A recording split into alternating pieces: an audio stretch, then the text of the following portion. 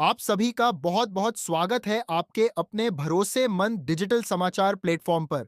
मैं हूं आपका होस्ट आलोक शर्मा और आज की यह खास वीडियो देश के लाखों केंद्रीय कर्मचारियों, पेंशन भोगियों, पूर्व सैनिकों और उनके परिवारों के लिए बेहद अहम होने वाली है।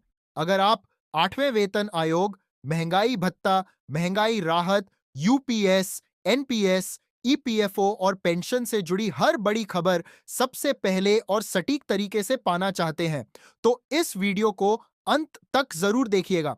अगर आप हमारे चैनल पर पहली बार आए हैं, तो चैनल को तुरंत सब्सक्राइब कर लीजिए, वीडियो को लाइक करें और अपने साथियों के साथ भी इसे साझा करें। यहां आपको केवल आधिकारिक दस्तावेजों, मंत्रालयों और संसद में प्रस्तुत किए गए उत्तरों के आधार पर ही सटीक जानकारी प्रदान की जाती है। दोस्तों, सबसे पहले बात करते हैं संसद के मानसून सत्र से निकलकर आई बड़ी खबर की। यूनिफाइड पेंशन स्कीम यानी यूपीएस को लेकर सरकार से कुछ महत्वपूर्ण प्रश्न पूछे गए। वित्त राज्य मंत्री पंकज चौधरी जी ने जानकारी दी कि योग्य कर्मचारियों की तरफ से बड़ी संख्या में आवेदन मिले हैं और हजारों मामलों में अतिरिक्त लाभ देने की प्रक्रिया पूरी की जा चुकी है। सरकार ने यह स्पष्ट कर दिया है कि फिलहाल यूपीएस का लाभ केवल उन्हीं केंद्रीय कर्मचारियों को प्राप्त होगा जो तय नियमों के तहत इसके पात्र हैं। अन्य पेंशन योजनाओं के लाभार्थियों तक इसका विस्तार करने का फिलहाल कोई प्रस्ताव विचाराधीन नहीं है। यानी अभी केवल योग्य एनपीएस कर्मचारी ही यूपीएस का विकल्प चुन सकते हैं। भविष्य में यदि इसमें कोई बदलाव होता है, तो सरकार अलग से नोटिफिकेशन जारी करेगी। अब बात करते हैं पूर्व सैनिकों से जुड़े एक महत्वपूर्ण विषय पर। कई रिटायर्ड सैनिक यह जानना चाहते हैं कि अगर उन्हें रिटायरमेंट के बाद ऑनरेरी रैंक मिली है, तो क्या 8वें वेतन आयोग के लागू होने पर उसी आधार पर बढ़कर पेंशन मिलेगी।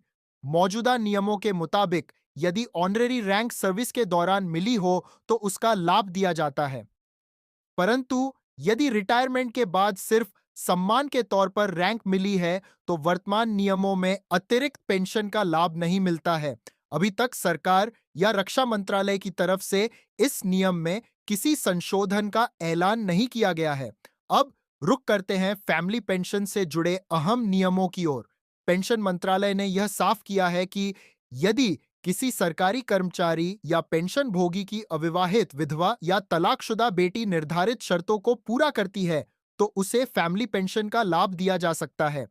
ऐसे मामलों में जरूरी डॉक्यूमेंट समय पर जमा करना बेहद आवश्यक है, ताकि आगे चलकर किसी समस्या का सामना न करना पड़े। अब चर्चा कर लेते हैं महंगाई भत्ते डीए और महंगाई राहत डीआर के बारे में। फिलहाल कर्मचारियों और पेंशनधारियों को 58% डीए और डीआर मिल रहा है। जनवरी से जून 2026 के एआईसीपीआई आंकड़ों के आधार पर जुलाई से लागू होने वाली अगली वृद्धि का आकलन किया जा रहा है। अब तक आए आंकड़ों के अनुसार करीब 3% की बढ़ोतरी होना लगभग तय माना जा रहा है। यदि अंतिम आंकड़े उम्मीद से बेहतर रहे, तो 4% तक की वृद्धि भी संभव हो सकती है। यदि 3% की बढ़ोतरी होती है, तो डीए और डीआर 61% हो जाएगा, जबकि 4% बढ़ने की स्थिति में यह 62% तक पहुंच सकता है। हालांकि अंतिम निर्णय केंद्र सरकार की कैबिनेट बैठक में मंजूरी के बाद ही सामने आएगा। अब बात करते हैं जुलाई महीने की पेंशन से जुड़े अपडेट की। कई पूर्व रक्षा कर्मियों को स्पर्श पोर्टल की तरफ से एडवांस सूचना संदेश मिल चुके हैं, जबकि कुछ लोगों को अभी मैसेज प्राप्त नहीं हुए हैं। अगर आपको मैसेज नहीं मिला है, तो चिंता करने की कोई बात नहीं है।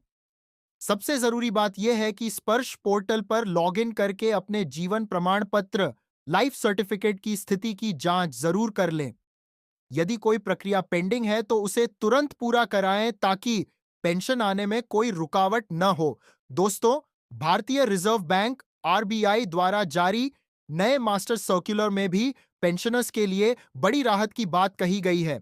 अगर कोई बैंक बिना किसी उचित कारण के पेंशन भुगतान में देरी करता है, तो उसे तय नियमों के तहत ब्याज भी देना पड़ेगा। इसका मुख्य मकसद यह सुनिश्चित करना है कि वरिष्ठ नागरिकों को उनकी पेंशन समय पर मिले और उन्हें किसी आर्थिक परेशानी का सामना न करना पड़े। अब अंत में बात करते हैं आठवें केंद्रीय वेतन आयोग, आठवें पे कमीशन की। इन दिनों मीडिया में फिटमेंट फैक्टर, कम्यूटेशन रिकवरी अवधि, पेंशन की गणना के तरीके और महंगाई भत्ते के फॉर्मूले में बदलाव को लेकर कई खबरें चल रही हैं। हालांकि अभी तक सरकार या वेतन आयोग की तरफ से इन दावों की कोई आधिकारिक पुष्टि नहीं की गई है, इसलिए ऐसी खबरों को फिलहाल केवल संभावनाओं के तौर पर ही देखा जाना चाहिए।